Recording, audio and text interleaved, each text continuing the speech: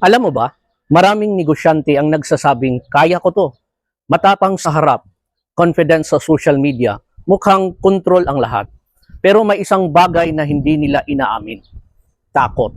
Hindi takot sa competitors, hindi takot sa market, takot sa sarili nilang next level.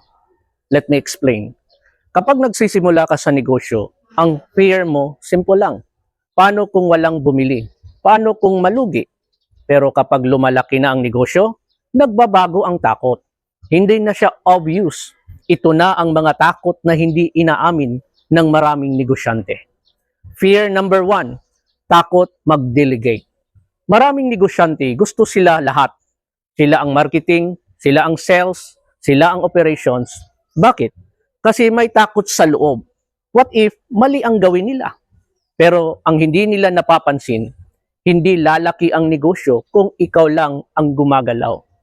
Kung lahat dumadaan sa'yo, hindi ka CEO, employee ka ng sarili mong negosyo.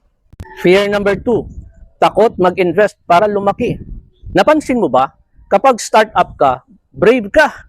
Risk dito, risk doon, pero kapag kumikita na, biglang nagiging conservative. Okay na to, wag nang galawin, baka mawala. Ang problema, comfort zone ang pinakamalaking kalaban ng growth. Maraming negosyo hindi namamatay dahil sa loss, namamatay dahil sa pagiging stagnant. Fear number 3, takot mag-level up bilang leader. Ito ang pinakadelikado. May mga negosyante magaling magbenta, magaling mag-operate, pero hindi nag-upgrade bilang leader. Ayaw mag-build ng systems, ayaw mag-train ng team, ayaw mag-let go ng control. Kaya ang nangyayari, lumalaki ang negosyo pero hindi lumalaki ang leader. Ganito ang reality. Ang unang laban sa negosyo, hindi market, hindi competitors, ikaw. Ang takot na hindi inaamin, ang madalas na naglilimit sa growth ng negosyo. Tanong ko sa'yo, ano ang takot mo ngayon? Takot mag-hire? Takot mag-expand? Takot mag-invest sa growth?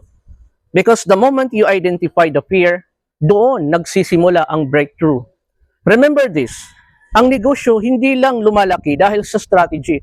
Lumalaki siya kapag lumalaki ang mindset ng may-ari. Kung gusto mong mag-level up ang negosyo mo, mag-level up ka muna.